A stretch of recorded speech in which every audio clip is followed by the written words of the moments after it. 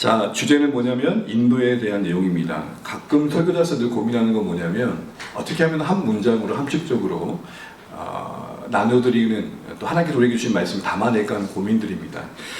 인도의 확신이라는 그 주제 아래에 부제가 있죠. 우리 같이 한번 읽어볼까요? 시작. 단지 정답 찾는 요령이 아닌 하나님의 뜻을 살아내며 발견해가는 동행의 여정. 이런 문장이 나온 것은 그럴 만한 이유가 있어서겠죠. 하나님의 인도에 대한 신앙의 각자의 자리에서 갖는 이해와 또 오해가 있기 때문에 그렇습니다. 이런 주제를 우리가 오늘 생각해 보면서 또 하나님께서 우리에게 원하시는 하나님의 인도하심에 대한 바른 이해가 자리매김해가면 좋겠습니다. 제가 과거에 기억을 좀 더듬어 보면 청소년이나 청년 시절에 이제 수련회 집회를 가면 항상 인기가 많았던 주제 중에 하나가 뭐냐면 하나님의 인도하심을 받는 법. 한참 이제 이성교제를 고민하게 되고 결혼, 직장을 또 생각하다 보니까 청년들은 특별히 이 주제에도 많은 관심을 갖고 모이는 경우들을 많이 봤습니다. 다들 기대감을 가지고 참여하지만 다들 끝에는 그 목표는 그렇게 밝지 않습니다. 왜냐하면 기대했던 것은 A 아니면 B, C 아니면 D인데 가만히 들어보니까 그런 게 아니라 좀 더 복잡한 내용들이 담고 있었기 때문에 그렇게 쓸 것 같습니다. 이렇게 관심을 갖는 이유는 우리가 살아가는 날 동안 결정의 순간들이 참 많기 때문일 겁니다. 과연 어느 것이 하나님께서 원하시는 것인가 알고 싶은 마음은 신자라면 마땅히 가질 마음이겠죠.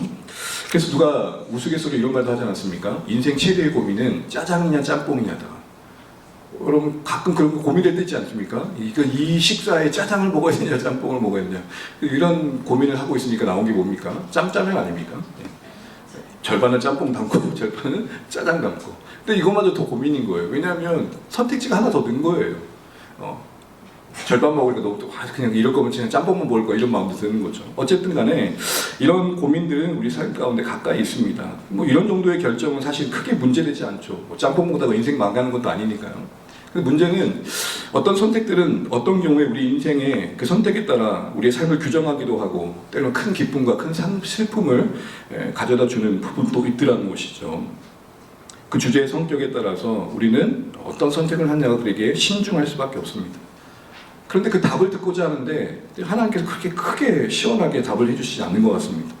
그러다 보니까 좀 답답한 나머지 예언 기도한다는 분을 찾아가기도 합니다. 신령한 분도 있지 않습니까? 기도하면 천리안처럼 앞날이 다 보이고. 오직했으면 또 점쟁이를 찾아가겠습니까? 제가 좀 우스갯소리로 얘기하기도 하죠. 진짜 그렇게 있더라고요. 보니까 주일은 쉽니다라고 점집 앞에 붙어 있으니.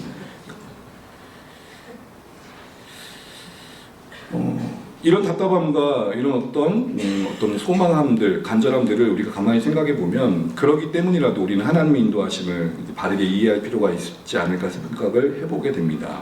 갈림길에서 선택을 고민하다 보면 답을 찾는 게 되게 중요하게 여겨집니다. 마치 그 어떤 한 가지의 답이 발견되어지고 찾아져야만 그 선택으로 인해서 이후의 삶이 좀 더 나아질 거라는 생각을 우리가 하게 됩니다. 일정 맞는 부분도 있지만 사실은 다는 아닙니다. 어떤 선택을 통해서 결정을 해가는 과정 속에 어떤 선택을 위해서 하나님의 뜻을 묻는 것도 참 중요하지만 하나님의 인도를 받는 삶이라는 것, 신앙이라는 것은 그 선택의 영역에만 제한되지 않는다라는 것이죠. 한번 생각을 해보십시오. 평소 하나님과 전혀 무관하다가 전혀 하나님을 찾지도 않고 하나님 뜻에 무관심하다가 어떤 결정 앞에서만 어떤 선택을 위해 기도한다고 할 때 여러분이 인간적으로 누군가가 필요해서 여러분을 찾아올 때 여러분 마음이 어떠세요? 속으로는 다 그렇게 얘기하잖아요. 그래, 네가 이럴 때라도 나한테 찾아오는구나. 근데 하나님은 어떠실 것 같아요?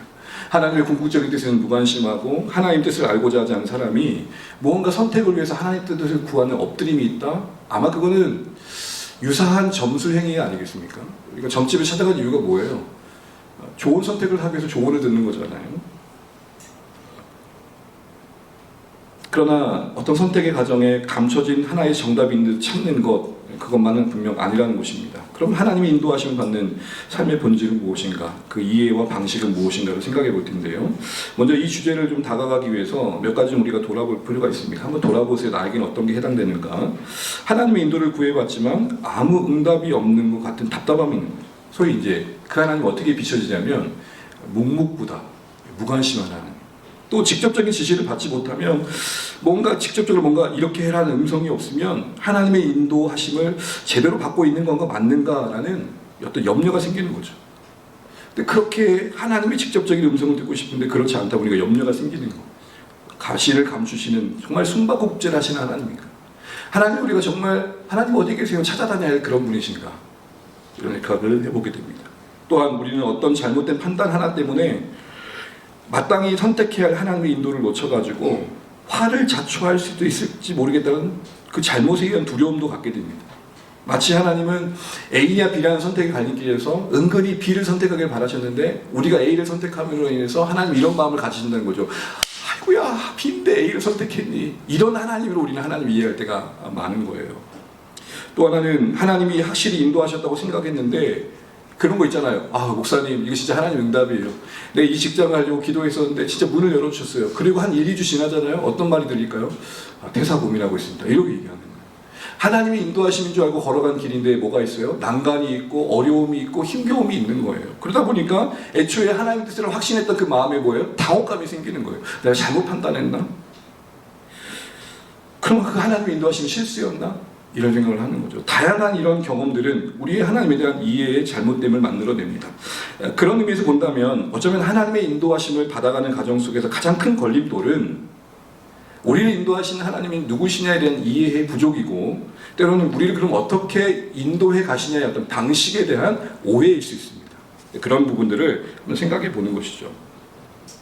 우리가 읽었던 말씀의 근거에서 먼저 첫 번째 생각할 것은 일단 이걸 한번 점검해 봐야 될 것 같아요. 여러분 하나님이 우리를 인도하신 걸 믿으시나요? 네. 이 부분에 대한 믿음이 분명히 있어야 된다는 것이죠. 하나님의 인도하심이 진짜 실제하는가? 존재하는가? 성경은 곳곳에 그 하나님의 그 백성을 향한 인도하심에 대해서 명백한 약속들을 다 담고 있습니다. 오늘 짧은 시간 다 살펴볼 수 없지만 두 가지 관점에서 보시죠. 일단 그분이 인도하신 분이라면 뭔가 계획이 있어야겠죠. 바울이 서신서에 자신이 사도됨을 바뀔 때마다 자기를 어쩌다가 사도 되는 적이 없어요. 우리 어떤 프로가 있었죠? 어쩌다 어른이라는 프로가 있었잖아요. 어쩌다 사도란 말이 없고 하나님의 뜻으로 말미암아 사도가 되었다는 것을 고백해요. 이 말은 뭐예요? 바울에 향한 하나님의 계획이 있었다 없었다? 있었다는 거죠. 이와 같이 하나님은 성도들에 대한 계획과 뜻을 갖고 계시고 또한 세상을 창조하실 때도 목적 가운데 창조하셨고 구원의 역사를 펼쳐가실 때도 성경에 좀 어려운 표현이 나오지만 경륜 가운데 일하신다고 합니다. 경륜. 이거를 굳이 영어로 번역하자면 마스터 플랜. 그때그때 즉흥적인 선택과 활동을 하시는 분이 아니고 큰 계획 속에서 일해 가신다는 겁니다. 그러나 또 한 가지 애로사항이 있습니다. 그 계획이 있으면 뭐합니까? 알려주시지 않으면 알 길이 없잖아요. 그래서 인도하신 하나님의 아주 중요한 약속의 중요한 부분 중에 하나는 그 계획과 뜻을 알려주시고 소통해 주시고 그 뜻과 계획 가운데 가도록 우리 인생에 개입하시고 지도하신다는 겁니다. 한마디로 소통하신 하나님. 인간을 창조하신 하나님 역시 의사소통을 하시는 분이라는 것입니다. 우리가 하나님의 형상으로 지금 받았잖아요. 우리가 서로 대화하면서 서로의 이해를 얻게 되잖아요. 우리를 주신 하나님도 그러게 소통하시는 분이라는 겁니다. 구약의 한 부분을 보게 되면 하나님은 이스라엘 백성들에게 말씀하실 때 환상 가운데 나타나신 것만이 아니라 항상 선택하신 선지자를 보내셔가지고 그에게 말씀을 주시고 또 그를 통해서 하나님 뜻이 전해지게 하셨죠. 어쨌든 이스라엘 백성이 가야 할 길을 감추지 않으시고 드러내셨어요. 모든 걸 보여주신 건 아니지만 필요한 건 다 보여주셨다. 그들이 하나님을 따르고 예배하는데 부족함이 없는 알림을 주셨다라는 겁니다. 이처럼 우리를 향한 뜻과 계획을 세워가시고 그것을 알려주시면서 우리를 이끌으시는 하나님의 약속, 다른 말로 말하면 저는 이렇게 좀 표현하고 싶은데요. 하나님의 의지는 성경의 일관된 직언입니다. 그걸 좀 더 잘 보여주는 말씀이 하나 있는데 우리 시편 32편 8절 같이 한번 읽어볼까요? 시작. 내가 아멘. 하나님께서 다윗에게 하시는 말씀이 내가 너의 갈 길을 가르쳐 보이고 주목하고 있고 그 걸음걸음마다 훈계하신다고 봐요. 어마어마한 사건 아닙니까? 하나님이 계신다면 그 하나님이 그 한 인생에게 뭔가 말을 걸으시고 그의 인생에 관심을 갖고 계시고 그의 인생을 인도해 가신다? 참 놀라운 거죠. 만약에 여러분 제가 이 구라 5번지에 2층 주한의 교회에 있는데 어떤 유명한 분이 저에게 관심을 갖고 자꾸 메일을 보내고 대화를 요청한다면 저는 어떻게 할까요? 이게 와 이런 격오지는 아니지만 이렇게 좀 그 조그만 마을에 있는 이렇게 관심을 갖다니 하는 거 어떤 뭔가 있을까요? 벅찬? 나름의 감동했을 겁니다. 하나님이 여러분의 인생에 이렇게 관심을 갖고 계시고 그 주목하신 가운데 말을 걸고 가르쳐 주시기 원하신다는 의지를 보여주십니다. 그런데 성경을 보면 이런 하나님의 인도하심을 말씀하면서 더불어서 그 인도하심을 받기 위한 우리의 태도도 이어 이야기합니다. 뒷페이지 보시면 시편 32편 9절인데 우리 같이 한번 읽어보겠습니다. 시작. 너희는 무지한 말이나 노새같이 되지 말지어다. 그것들은 제갈과 굴레와 단속하지 아니하면 너희에게 가까이 가지 아니하리로다. 아멘. 여러분, 제가 평소 설교와는 다르게 강의안을 충분히 넉넉하게 남겼고 그러다 보니까 이제 조금 설교 스타일보다 강의 스타일이 될 수 있는데 이해해 주시면서 들으면 좋겠고, 혹시 놓치는 것들이 있다는 것에 대해서 너무 신경 쓰지 않으시면 좋겠습니다. 왜냐하면 이렇게 충분히 남겨놨으니까요. 그래서 편안하게 말씀을 들으면서 고민하는 시간 되시면 좋겠습니다. 일단 8절에서 9절을 보시게 되면 이 말에 어떤 뉘앙스가 담겨 있는 것 같습니까? 분명히 이건 부정적인 표현이잖아요. 하나님께서 너를 주목하여 훈계하신다. 그러니 이렇게 되지 말라는 것은 그런 하나님의 관심과 지도를 받는 어떤 인생이 어떤 자세여야 되는지를 강조해주고 있는 것이죠. 특별히 두 가지가 보이는데, 첫 번째는 무지한 말과 노새가 되지 말라고 합니다. 주인이 말과 노새를 뭔가 자꾸 한 방향으로 데려가려고 하는데 그 주인의 뜻을 모르면 그 말과 노새는 그 주인의 뜻에 인도를 받을 수 없겠죠. 이런 것이 우리에게 주는 하나의 교훈은 뭐겠습니까? 하나님의 인도를 받으려면 인도하신 하나님의 뜻에 대한 바른 이해가 필요하다. 인도하신 하나님의 뜻에 대한 바른 지식이 필요하다라는 것이죠. 두 번째로 보이는 것은 제갈과 굴레로 단속하지 않으면 너희에게 가까이 가지 않는다는 겁니다. 말과 노새가 자연스럽게 자원하는 마음으로 억지로가 아닌 기꺼이 주인을 따르는 경우는 없더라는 겁니다. 이런 부정적인 예로 강조하는 건 뭘까요? 하나님과 우리 관계에 나아감에 있어서 기꺼이 가까이 하고자 하는 그런 자발적인 소통과 사귐이 필요하다는 것이죠. 우린 여기서 하나님의 뜻을 알려주신 그 소통 방식이 하나님과의 어떤 관계에 가까이 함에 있음을 알게 됩니다. 정리하자면 우리가 하나님의 인도를 받는 삶이라는 것은 하나님을 일단 가까이 하면서 그분의 뜻에 익숙해져 가는 것입니다. 그리고 그것을 따르고자 하는 마음들이 새겨져 가는 것입니다. 이게 합당한 이유는 우리 부르신 목적 자체가 하나님을 기쁘시게 하기 위함이고 하나님의 영광을 위한 존재를 부름받았다는 측면에서 본다면 그것이 우리를 인도하신 하나님의 인도와 함께 가는 건 당연한 거겠죠. 그래서 다윗은 그 인생을 정리하면서 이런 고백을 했던 것입니다. 같이 한번 읽어보시죠. 시편 23편 3절입니다. 함께 읽죠. 내 영혼을 소생시키시고 자기 이름을 위하여 의의 길로 인도하시는도다. 아멘. 하나님이 다윗을 인도하셨는데 어느 길로 인도하셨다고요? 의의 길. 하나님 뜻에 합당한 길로 인도하셨다는 거예요. 왜요? 그분의 이름을 위해서. 그러니까 하나님의 영광을 위해서 다윗은 하나님이 원하시는 의의 길로 인도함 받았다는 거예요. 이게 그의 인생의 요약이고 우리에게도 기대하시는 삶이라는 거죠. 그렇기 때문에 여러분, 하나님의 인도를 받는다는 것은 어떤 갈림길에 서서 선택을 위해 필요에 따라 하나님의 뜻을 묻는 그런 어떤 차원이 아니고 우리 전 존재가 순례의 여정 속에 하나님이 원하시는 방향을 계속 향하도록 말씀하시는 하나님 앞에 우리가 응답해가는 그 어떤 삶의 전부라고 할 수 있는 것입니다. 그러니까 하나님의 인도하심을 받는 본질을 하나님의 뜻이 우리 가운데 이루어지는 차원에서 볼 필요가 있다는 거죠. 왜요? 우리는 하나님의 이름을 위하여 인도함 받고 있기 때문입니다. 자, 그렇다면 작은 소결론 두 가지를 얻게 됩니다. 우리는 하나님의 뜻을 바르게 알아야 됩니다. 그렇죠? 그리고 그 뜻을 아는 바른 소통의 방식을 이해해야 됩니다. 첫 번째, 하나님 뜻에 대한 이해는 무엇입니까? 범사에 하나님을 인정하라는 뜻 안에는 범사에 하나님 뜻이 있다는 것이죠. 삶의 모든 순간, 그 범사라고 할 수 있는 그 모든 순간에 좋은 일이면 좋은 일대로, 슬픈 일이면 슬픈 일대로, 당혹스러우면 당혹스러운 일대로 그 안에 하나님의 뜻이 있다는 것을 떠올려라 라는 것입니다. 이걸 조금 정리해 가는 데 있어서 하나님의 뜻은 성경에 크게 두 가지의 측면을 갖습니다. 이번에 정리를 확실하게 하시면 좋겠습니다. 첫 번째는 드러내시는 뜻. 무슨 뜻이요? 드러내시는 뜻. 성경에 이미 명백하게 하나님의 뜻이 이거다라고 기록된 부분을 말합니다. 하나님의 계시된 하나님의 뜻이 명시된 어떤 교훈과 계명을 말합니다. 그것은 결국 우리의 삶의 기준이고 방향이고 원리가 되겠죠. 예를 들어서 내 이웃을 내 몸같이 사랑하라. 이것은 이미 분명하게 선언된 하나님의 뭐예요? 뜻이죠. 두 번째 뜻은 감춰진 뜻입니다. 섭리적 뜻이라고 합니다. 감추어진 뜻은 뭘 말하냐면 하나님의 계획 속에서 하나님만 아시는 내일의 그리고 이 세상의 모든 일들을 말합니다. 이 일은 하나님의 통치 아래서 펼쳐져 갈 텐데 우리 입장에서는 그 일이 이루어져간 가정 속에서 일어나는 후에야 알게 되는 그런 것들을 말합니다. 우리는 이 섭리의 하나님을 바라보면서 계속 이 부분을 고민하게 되는 거죠.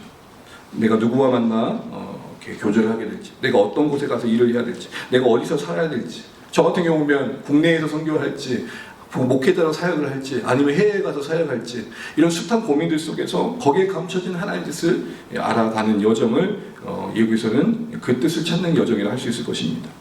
그래서 신명기 29장 29절에는 그러면 이 두 가지 뜻에서 어떤 행동을 원하냐라고 봅니다. 같이 한번 읽어보죠. 어떤 태도를 이 각각의 뜻에 대해서 보여야 되는지. 29장 29절입니다. 함께 읽죠. 감추어진 일은 우리 하나님 여호와께 속하였거니와 나타낸 일은 영원히 우리와 우리 자손에게 속하였나니 이는 우리에게 이 율법의 모든 말씀을 행하게 하심이니라. 아멘. 두 가지 뜻을 말합니다. 두 가지 하나님의 일, 하나님의 뜻을 말할 때 이미 나타난 일, 나타낸 뜻, 분명히 보이신 것에서 어떻게 해요? 우리가 그걸 행하는 것입니다. 우리 주어진 삶 속에서 순종해야 할 하나님의 뜻은 행하는 것이 우리에게 원하시는 하나님의 뜻이고 우리가 하나님의 인도하심을 받는 삶의 모습이라는 거죠. 하나님이 옥죄하신 의의 길을 가는 여정의 모습이라는 겁니다. 그럼 감춰진 것에서 어떻게 합니까? 감춰진 것에 대해서는 하나님의 영역임을 인정하는 거예요. 하나님의 섭리의 속길에 맡겨드린 거예요. 그렇기 때문에 내가 미래의 뜻을 알기 위해서 방황하며 그것을 알기까지는 전혀 아무것도 하지 않는 태도는 지양해야 되는 것이죠. 물론 우리는 어떤 응답을 기다리는 시간이 필요하지만 미래의 모든 뜻을 알지 못하기 때문에 난 아무것도 안 하겠다라는 것들은 합당하지 않다는 겁니다. 즉 하나님의 뜻을 인도함 받는다는 것은 선택의 갈림길에서 알지 못하는 그 어떤 삶의 영역에 아직 드러나지 않는 뜻에 대해서 너무 많은 고민을 하면서 거기서 최선의 어떤 정답을 맞추는 닫힌 구조가 아니고 이미 보여주신 뜻 안에서 순종해가면서 어느 선택이든 자유롭게 할 수 있는 구조라는 것을 보여주고 있습니다. 저를 한번 보시죠, 여러분. 축구를 보다 보면 골대가 있죠. 골대는 어느 정도의 거리가 있습니다. 간격, 이렇게 넓이가. 이 골대가 나타내신 뜻이라고 보겠습니다. 그러면 이 골대에 넣는, 골 넣는 방법은 한 가지입니까? 두 가지입니까? 세 가지입니까? 각가지입니까? 여러 가지요. 뭘로도 할 수 있죠? 헤딩으로도 할 수 있고, 발로도 할 수 있고, 예, 뭘로도 할 수 있잖아요.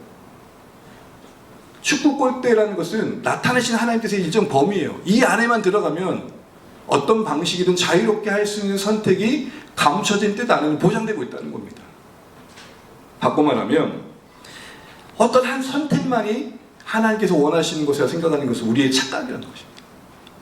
왜요? 감추셨다는 것은 우리에게 자유를 주셨다는 겁니다.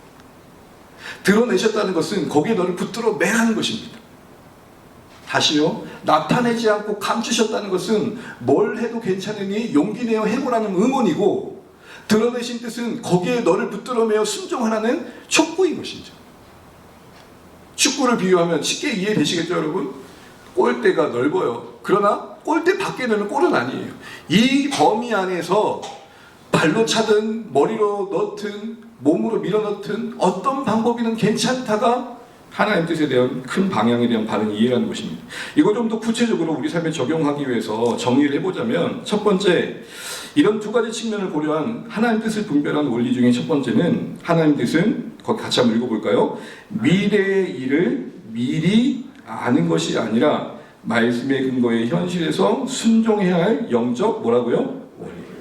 앞으로의 일을 미리 아는 게 하나님 뜻을 아는 게 아니고 주어진 모든 삶 속에서 이미 보여주신 하나님의 말씀의 원리를 적용해가는 것, 그게 하나님의 뜻을 이루는 거랍니다. 많은 경우에 우리는 하나님 뜻을 미래에 일어날 일을 찾는 거라고 생각하다 보니까 하나님께서 특정한 답을 알려주실 것들을 기대하게 됩니다. 그러나 하나님의 뜻은 성경 말씀을 통해 오늘 우리 주어진 현실에 실천해야 할 원리를 찾아가고 적용해가는 것입니다.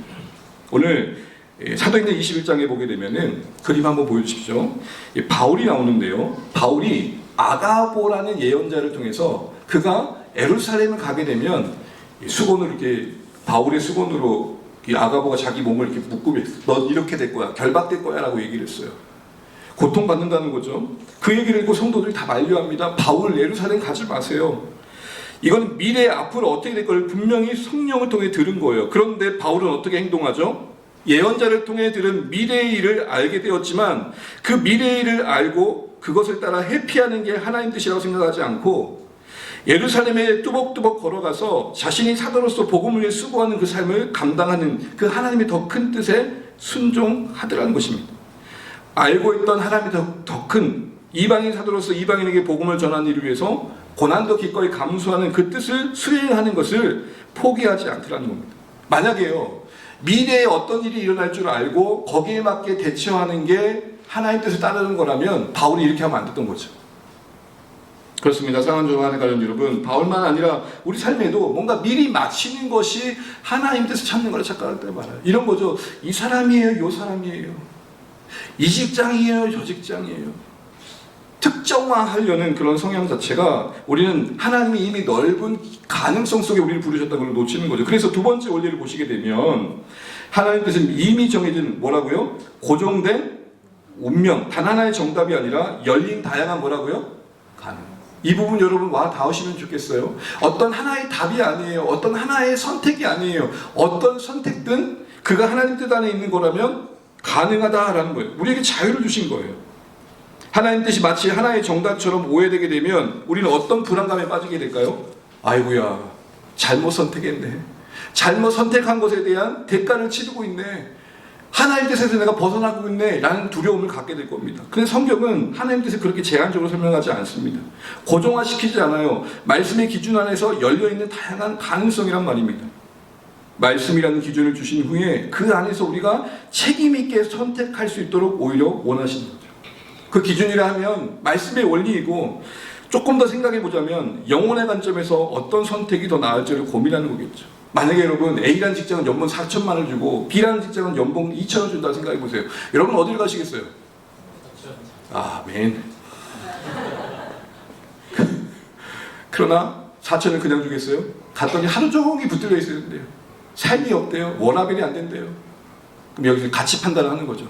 나는 내 몸이 어스러지더라도 돈을 벌어야 돼. 그럼 A로 가겠죠. 나는 일정 부분 수입을 얻고 나머지 시간은 섬기면서 봉사하면서 할 거야 하면 B를 선택하겠죠. 뭘 말하는 겁니까? 어떤 선택이든 그 안에 책임 있는 하나님 말씀의 원리를 적용한 순종을 기대하고 계시다는 겁니다. 성경의 기준에 어긋난 선택이 아니라면 수많은 옵션이 우리에게 펼쳐지고 있다는 거죠. 세 번째로 하나님 뜻은 뭐라고요? 결과만이 아니라 뭐라고요? 이 부분에 대해서 여러분 좀 우리가 좀 깊이 이해하시면 좋겠습니다. 우리는 하나님 뜻을 어떤 결정된 결과물로 생각할 때가 참 많습니다. 어떤 분이 이런 얘기를 한 걸 들었습니다. 사업 실패 후에 이러저러다가 결국 신앙을 하시고 목회자가 되셨어요. 인터뷰를 하시는데 아이고 이제서야 제가 하나님 뜻 가운데 있습니다 라고 얘기하는 겁니다. 여러분 질문할게요. 사업하면서 여러 실패를 경험했던 것은 하나님 뜻 밖에 있었습니까? 그게 아니란 말입니다. 그분이 목회자가 되는 과정 속에 그 실패는 쓰임 받았겠죠. 그렇다고 그분의 실패가 하나님 뜻 자체라고 하는 거 아닙니다. 여러분 여기서 하나님 뜻을 말할 때 좀 오해하지 말아야 됩니다. 신자들이 교회가 이런 부분에 늘 오해를 받습니다. 여러분 이렇게 말하면 그러면 하나님은 우리가 고생하는 게 하나님 뜻이란 말입니까? 아니요. 하나님이 나를 이렇게 만드셨어. 그게 하나님 뜻이 아니고 그런 고생까지도 하나님은 선하게 사용하셔가 하나님 뜻이란 말입니다. 이런 면에서 여러분 누군가가 괴로움을 겪을 때 그거 하나님 뜻인 것 같아라고 말하면 돼요, 안 돼요? 안 돼요. 당사자가 신앙 고백을 하면서 깊은 하나님 관계 속에 몸부림치다가 그게 하나님 뜻으로 헤아려져서 수용하는 것은 오케이. 그런데 제3자가 그 하나님 뜻인 것 같은 어설픈 신앙적인 권면을 하는 것은 욥의 친구들 되는 거예요. 그때 우리가 해줄 수 있는 말의 최선은 뭐예요? 당사자는 그렇게 말할 수 있을지 몰라도 우리는 하나님께서 그 일을 하셨어라고 말하는 게 아니라 이 상황 속에서도 하나님께서 함께 하셔 힘내. 이게 우리의 고백이 돼야 되는 거죠. 해석자가 되는 게 아니라 공감자가 돼야 된다는 겁니다. 여러분 요셉이 형제들과 버림받고 난 다음에 총리가 된 다음에 형들 앞에서 뭐라고 얘기했어요?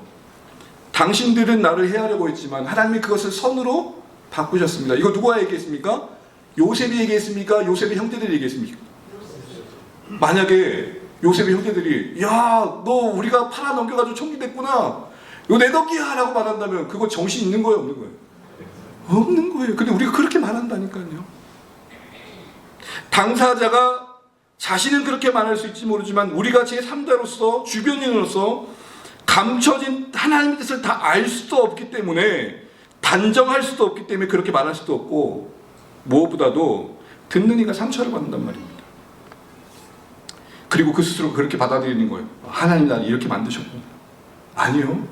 고난이 하나님 뜻이란 말은 뭐냐면 고난 그 자체가 하나님 뜻이란 말이 아니라 이 죄악의 현실에서 피할 수 없는 이 고난의 고통 속에 던져진 우리를 그 고난을 통해 더 나은 것을 만드시는 것으로 합력하여 선을 이루신다는 게 그 뜻이라는 것을 우리가 바로 알아야 됩니다.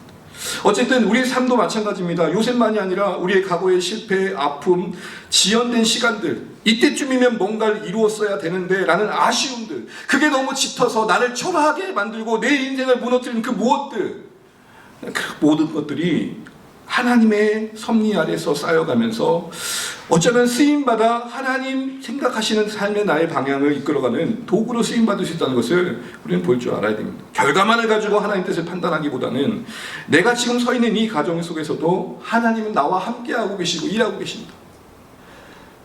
고통이 그런 관점에서 해석돼야 된다 이 말입니다.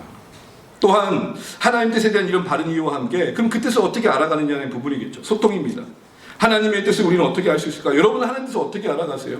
성경을 보다 보면 하나님 뜻을 아는 게 너무 쉬워 보여요. 보세요. 성경을 보면 아브라함에게 하나님 찾아오셔서 아브라함아 이렇게 해라 그러시잖아요. 아브라함이 간절히 기도한 거 별로 없어 보여요. 또 공동체에 어떤 결정할 때 제비뽑기를 하네요. 이거 너무 쉬워 보이잖아요. 그러니까 오늘도 그런 기대를 해요. 그러나 여러분 오늘날 우리에게는 이미 그때와는 다르게 완성된 하나님의 말씀의 계시가 있고 성령께서 우리와 함께 하시기 때문에 인도의 방식이 좀 달라졌단 말입니다. 그걸 알아야 돼요. 그때처럼 직접적으로 뭔가 하나님 말씀해 주시길 기다리고 제비뽑기 형식으로 뭔가를 결정하는 그런 부분들은 우리가 본질로 볼 수는 없다는 것입니다. 기본적인 원칙이 될 수 없다는 거죠. 그렇기 때문에 우리는 하나님 뜻에 순종하기 위해 그 뜻을 아는 방식의 가장 기본 베이스는 뭐냐? 말씀을 늘 가까이 하는 겁니다. 왜냐하면 여기에 하나님께서 그 자신의 뜻을 담아내셨거든요. 그래서 하나님 뜻을 말씀 가운데 인도만 받는 건 이런 거예요. 성경에 읽다 보니까 하나님은 이런 분이시네. 하나님이 이걸 원하시네. 이렇게 우리 마음을 변화시키면서 품게 하신 하나님의 뜻과 마음이 내 일상을 다르게 보게 하는 거예요. 예전에는 그냥 교사가 되는 게 목적이었는데 이 하나님의 뜻이 이 교사라는 것을 수단화 해가지고 이걸 통해 난 그럼 어떻게 하나님의 영광을 살까 다른 고민을 하게 하는 것이죠. 그럼에도 불구하고 우리가 뭔가 음성을 듣는다는 사람들이 종종 보게 돼요. 하나님이 이렇게 말씀하시는 것 같아요. 표현을 그렇게 혹 하실 수 있지 모르지만 그렇다고 해서 지금도 하나님께서 우리에게 그런 감동을 주시고 직접적으로 뭔가 관여하신다는 게 아예 없다고도 감히 말할 수는 없겠어요. 그러나 본질은 아니라는 것이죠. 그렇기 때문에 여러분 우리는 본질은 성경 말씀을 묵상하면서 성령 안에 기도하면서 주의 뜻을 알아가는 배워가는 순종을 통해 하나님의 뜻을 알게 되는 방식을 선택해야 되고 혹여라도 누군가가 범사에 하나님의 음성을 듣고 고집하는 하나님의 음성 듣기만을 고집하고 그것이 더 신령하게 여겨져서 그렇게만 사는 삶이 있다면 잘 분별하셔야 돼요. 이런 거예요. 아침에 딱 일어나가지고 하나님 너무 감사합니다. 오늘은 학교 갈 때 버스를 탈까요? 택시를 탈까요? 이게 택시 타러 가신 것 같아요. 학교 앞에 갔더니 벤치라는 카페가 있네요. 하나님 아메리카노를 먹고 싶은데 핫을 먹을까요? 아이스를 먹을까요? 그럼 하나님 뭐라고 하실 것 같아요? 아이스 이러실까요? 날씨가 왠지 좀 핫은 아닌 것 같지 않니? 이럴까요? 만약 말씀하시면 이럴 것 같아요. 아무거나 좀 먹어라. 단 먹든지 마시든지 내 영광을 위해 살려. 그러실 것 같은데요. 제가 캠퍼스 사역을 하는데 협력해야 돼요. 그런데 어느 날 그분이 안 왔어요. 나중에 이유를 들어보니까 이런 이야기였어요.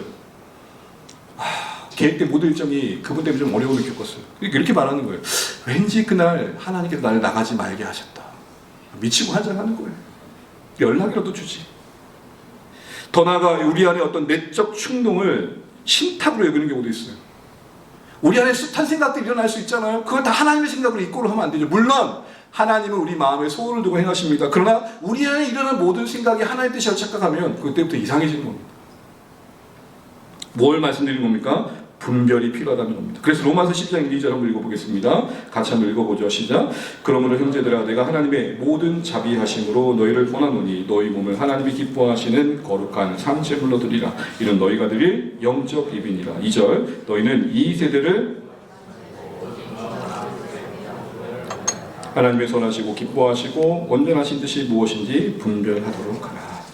그럼 우리는 하나님의 말씀과 기도 가운데 하나님의 뜻을 소통해 가기 위해서는 어떻게 해야 되느냐 할 때 저는 로마서 말씀을 빌려서 두 가지를 크게 생각합니다. 첫 번째는 마음을 새롭게 하고 변화를 받으셔야 돼요. 우리 마음에 먼지 쌓이듯 뭐가 자꾸 쌓여요. 무뎌지고 무감각해져요.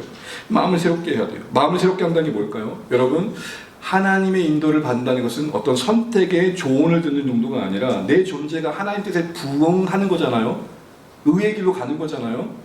그러려면 의의 길을 가고 싶어야 될까요? 안 가고 싶어야 될까요? 의의 길을 가고 싶다는 건 뭐예요? 내 안에 하나님을 기쁘시게 하는 마음이 충만하다는 거죠. 여러분 죄송해요. 오해 없이 드세요. 그냥 평균치로. 사랑하는 어머니 여러분, 아이들에게 늘 밥을 해주시는 게 기쁘십니까? 아니죠. 우리 안에 뭔가 기쁨이 충만할 때는 해야 될 그 일들의 의미가 더 부여되는 거죠. 마음을 새롭게 한다는 건 뭐예요? 하나님의 뜻을 따라 인도함 받아 의의 길을 가야 할 우리 안에 하나님이 기뻐야 되고 하나님을 기쁘시게 하는 마음이 가득해져 가는 걸 말하는 거예요. 그러면서 우리 동기가 하나님 중심으로 바뀌어가는 거죠. 그런 의미에서 보면 우리가 좀 분별해야 돼. 제가 가만히 보니까 한 세 가지 정도가 있는 것 같아요. 마음을 새롭게 해야 될 세 가지 요소. 첫 번째, 조언을 구하는 동기로 하나님의 뜻을 묻는 거예요. 순종하기 위함보다는 단지 앞날이 궁금한 거예요. 여러분, 점을 치러 갈 때 사람들이 점을 치는 점 쳐준 사람을 존경하느냐 사랑하는 마음을 가진 않죠. 그냥 어디 한번 드러나 보자. 이런 마음을 하나님 뜻을 구하는 거예요. 왜 그럴까요? 나중에 이런 거예요. 아니 말이야, 복채까지 주면서 그렇게 하라고 했는데 이게 뭐냐고. 누구 탓을 해요? 그걸 알려준 사람 탓하는 책임에 피하는 요소가 분명히 있어요. 두 번째로는 조심하는 거예요. 여러분 묘자리 한번 써보셨어요? 묘자리? 저는 그 전도사 시절에 종종 매장 장례를 치는 적이 있었습니다. 지금 보통 이제 화장을 많이 하잖아요. 매장을 치르게 되면은 지간이라는 게 있어요. 지간 들어보셨습니까? 아시는군요. 땅에 간을 묻을 때 풍수 같은 건데 간 방향이 어디로 가느냐에 따라서 후세에 복이 있냐 저주가 있냐 달라지는 거예요. 그래서 지간이라는 그 관 방향을 조금만 비틀어도 몇 대까지 복을 못 받아. 그러니까 바르게 잡아야 되는 거예요. 묘자리 쓰는 건 뭐예요? 어떤 선택에 의해서 긴 일이 달라진다는 조심스러운 마음인 거잖아요. 하나님께서 그렇게 구하는 거예요. 하나님이 내게 원하신 그 선택을 내가 맞이지 못한다면, 하나님이 원하신 정답을 내가 못 맞춘다면 나는 잘못될 거야 하는 불안감인 거예요. 제가 만약에 하나님 너에게 목사 되길 원치 않으셨는데 내가 목사가 됐다. 그럼 저는 지금 잘못된 길을 가고 있는 거겠죠. 그렇게 본다면요. 근데 이런 마음 안에는 어떤 게 있는 거예요? 선택의 요행이 있는 거예요. 무슨 말이에요? 저 잠깐 봐주세요. 선택 하나로 퉁치고 싶은 거야. 이왕이면 가성비 좋은 선택 하나로 내가 더 수고하고 싶지 않은 거예요. 요행을 바라는 거예요. 그런데 하나님 뜻이 우리 안에 이루어지는 가정에 이거는 합당하지 않다는 거예요. 여러분 1번을 보실까요? 4조 1번. 한번 화면을 보시고요. 제가 한번 읽어볼게요. 쭉 한번 봐두세요. 오늘날 하나님의 인도를 받으면 괴로운 결정을 내려야 할 상황을 모면할 수 있다는 생각이 만연하다. 하지만 그렇지 않다. 하나님의 말씀은 고난이 없는 삶을 약속하지 않는다. 물론 그런 경우도 없지 않지만 그렇다고 우리가 원하는 대로 모든 것이 이루어지고 늘 편안하고 쉽게 살아갈 수 있는 것은 결코 아니다. 우리는 헛된 소망을 품어서는 안 된다. 우리도 다른 사람들처럼 고난을 겪기 마련이다. 제자인 우리가 남들과 다른 이유는 역경과 시련을 면제받았기 때문이 아니라 지극히 고귀한 생명을 부여받았기 때문이다. 어떤 고난을 피하기 위해서 최선의 좋은 가정만을 밟기 위해서 선택 하나 잘해야지라는 차원으로 하나님 뜻을 구하는 것은 잘못된 겁니다. 또한 대부분 이런 경우가 많은데 조종입니다. 자기 생각은 다 고집하고 하나님도 자꾸 살살 조종하는 거예요. 자신의 생각과 결정을 지지해준 쪽으로 하나님을 인도하는 거예요. 제가 이런 경우가 있었어요. 좀 오래된 일인데 한 청년이 고민하는 거예요. 목사님, 어떤 오빠가 저한테 자기가 꿈에 나타났다고 결혼하자고 얘기를 해요. 사귀자고 얘기를 해요. 그게 또 목사 아들이었어요. 우리 하준이가 그러지 않길 바랍니다. 자매 꿈을 꿨다는 거예요. 너랑 결혼하라고 사귀라고.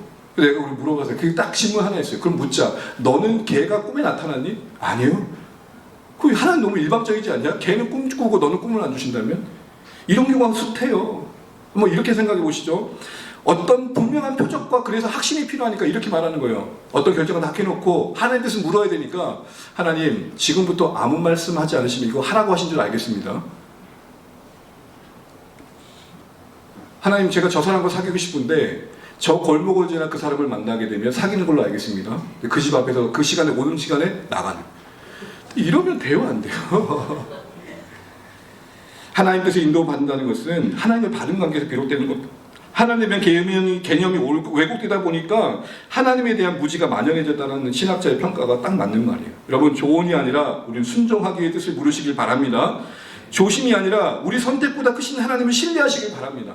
앞서 말씀드리지만 A냐 B냐는 고민을 할 수밖에 없는 인생이에요. 그러나 고민 끝에 숙고 끝에 A를 선택하셨어요. 그러면 거기서 하나님의 일에 가시는 거예요. 함께 하시는 거예요. 이렇게 말씀하지 않으신단 말입니다. 아이고야 규용아 B였는데 우리 하나님이 우리 선택에 매이시는 분입니까?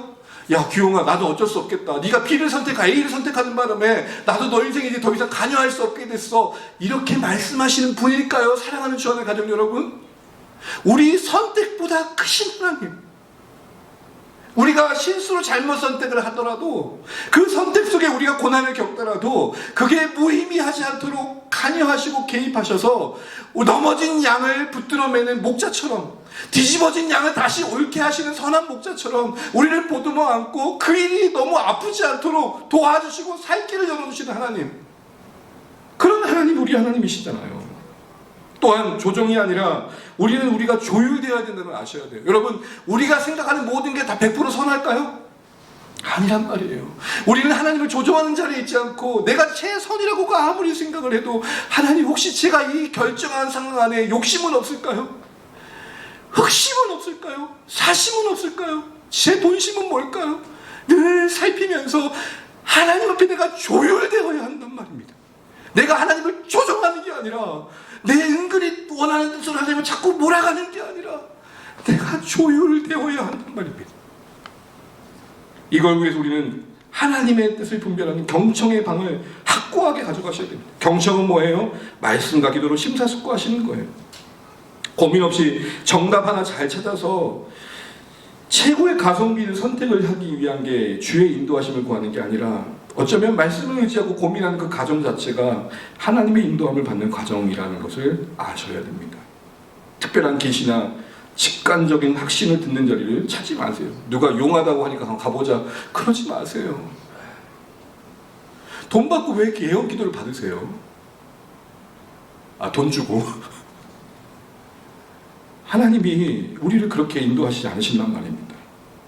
성경에 정해진 그 원리와 결정 안에 범위에 속한 거라면 그 안에서 일단 내가 하나님 앞에서 내 자신을 돌아보고 주어진 현실을 심사숙고하면서 가장 우선순위를 잘 분별하면서 선택해 가시면 돼요. 그 과정 속에서 타인의 조언을 좀 귀 기울여 보십시오. 그 과정 속에서 영적 지도자와 공동체의 권면을 좀 들어보십시오. 그래야 균형을 잡아가니까, 그래야 내가 못 본 것을 볼 수 있으니까요. 더 나아가서 상식적인 선택을 하시면 돼요. 하나님의 인도가 비현실적이고 비합리적이지 않단 말입니다. 우리에게 이성과 사고를 주신 하나님 아닙니까? 하나님이 왜 우리에게 이성을 주셨을까요? 생각하라고요. 그런 가운데 기도하시면 돼요. 성령의 도우심을 구하시면 돼요. 우리 3번 읽고 하나씩 이제 마무리해 가겠습니다. 각주 3번입니다. 시작. 저의 생각을 판단하셔서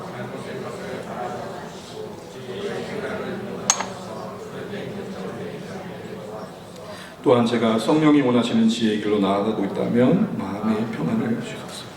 이렇게 해서 하나님 주신 마음의 평안이 있다면 용기 있게 내디드세요.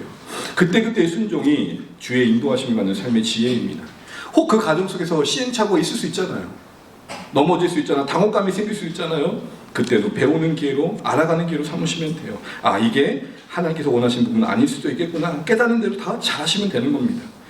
분명 우리는 발을 헛디디는 경우를 만날 거예요. 딴 길로 갈 수도 있어요. 그러나 기억하십시오. 우리만 잊지 않고 그 여정의 선한 목자이신 하나님이 영원한 팔로 우리를 붙들고 계시다는 것.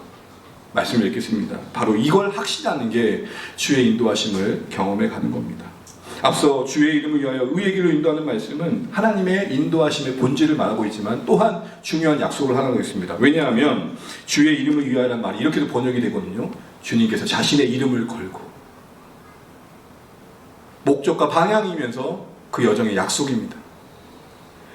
하나님 영광을 위하여 우리를 인도해 가신다는 하나님의 뜻이기도 하지만 그 의의 길을 인도하는 가운데 나는 너희에게 내 이름을 걸었다라는 약속입니다. 저도 불확실함과 염려가 찾아올 때가 있어요. 쓰나미처럼 저를 덮을 때가 있어요. 그럴 때마다 되새기는 말씀이 뭐냐? 주의 이름을 위하여 의의 길을 인도하시고, 주님께서 십자가의 사랑으로 나를 붙들고 계시고 하나님이 그 성품의 성실하심의 명예를 두고 나를 인도해 가신다는 겁니다. 사랑하는 주 안에 가진 여러분, 정리해 가겠습니다. 하나님과 무관하게 평소 살아가면서 단지 더 나은 선택과 결정 후에 하나님 뜻을 알아내는 게 주의 인도하심을 받는 게 아닙니다. 하나님의 인도하심을 그렇게 하는 것은 점치는 겁니다. 하나님의 인도하심을 그렇게 찾는 것은 선택을 위한 도구로 나락시키는 겁니다. 전락시키는 겁니다. 하나님의 인도하심을 받는 삶이라는 것은 목대 되신 하나님의 약속의 돌보심 속에 있음을 신뢰하는 것입니다. 우리 인생이 우연히 이리저리 흘러가는 것 같지만 하나님이 그 영광을 위한 목적, 의의 길로 인도하시는 그 목적을 이루어가시는 여정입니다. 그렇게 우리 눈에 보이는 상황에만 반응할 게 아니라 배후에서 섭리하시는 하나님을 보셔야 됩니다. 다가오는 건 고통이고 괴로움이고 힘겨움이지만 여러분, 그 무게 속에서 깊어져 가는 겁니다.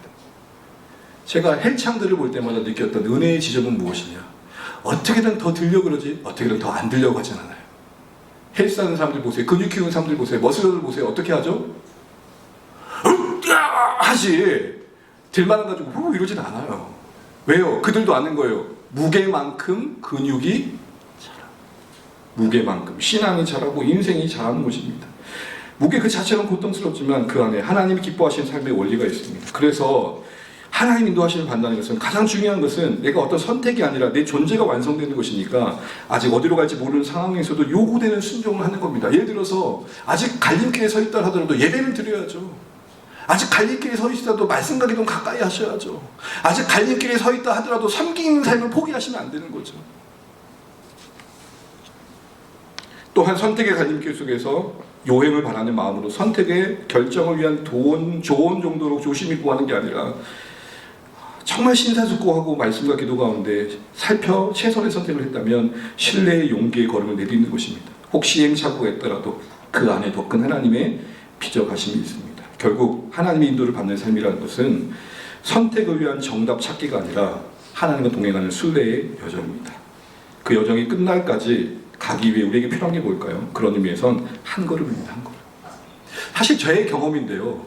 갈팡질팡 방황하는 마음을 깨는 아주 중요한 첫걸음은 뭐냐면 그냥 해보는 겁니다. 이렇게 할까 저렇게 할까 고민이 쌓이고 방황하다 보면 마음이 어두워져요. 지쳐요. 그때 하나님 주신 이 방향으로 가면 하나님 도우시겠다라는 확신과 신뢰가 100%는 아니더라도 그래 이렇게 한번 해보자라는 결정이 있으면 내 뒤도 보는 겁니다. 그때 혼돈의 안개가 걷히는 경험을 하게 됩니다. 갈팡질팡 고민과 혼돈의 마음은 한 걸음 내디딜 때 비로소 선명해진다는 거 잊지 마시고 한번 걸어보십시오.